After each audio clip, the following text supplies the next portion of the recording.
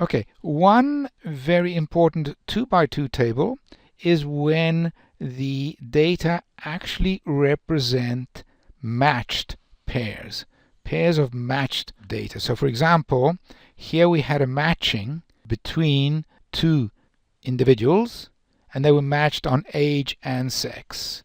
Okay, and there were 288 individuals. But because of the matching, we shouldn't consider them as 288, but rather 2 times 144. Rather, consider them as 144 couples.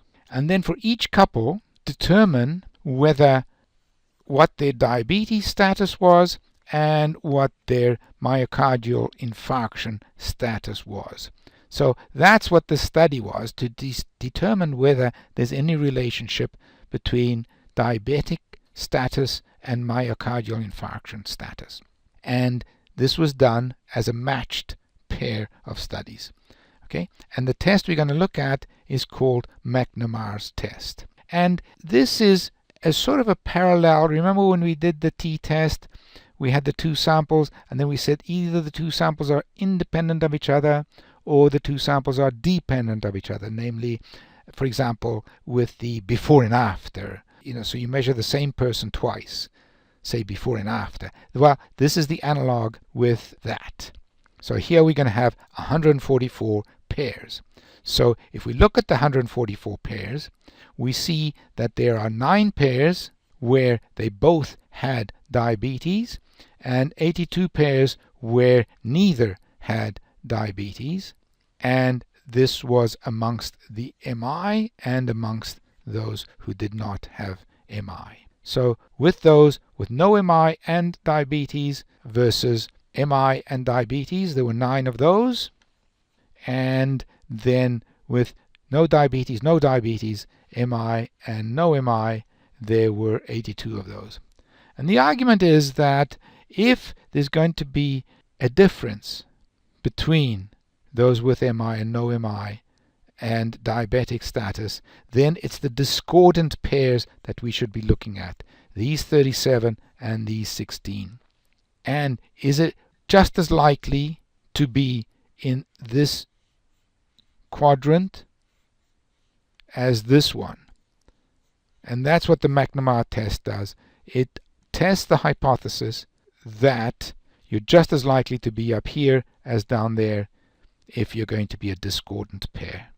So in other words, is in very rough terms, is the difference between 16 and 37 attributable to pure chance, or is there something going on here?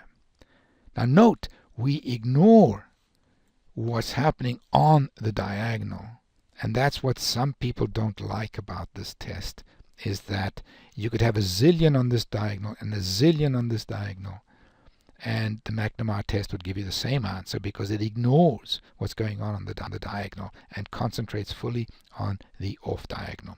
Anyway, let us look at this 37 and 16, and what the McNamara test does. It just considers those discordant pairs and then takes their difference and divides by their sum. Now, this is a little bit controversial, this continuity correction factor. Some people do it, some people don't. Stater doesn't do it. Anyway, so there it is, 37 minus 16, and then minus 1, yes, no, and then square that and divide by the sum of them. In this case, it comes out to be 7.55. And if we look at a chi-squared with 1 degree of freedom, so compare this with the chi-squared with 1 degree of freedom, and what we see is that the p-value is going to be between 0.001 and 0.01. The p-value is certainly less than 0.05. So it's less than 0.05.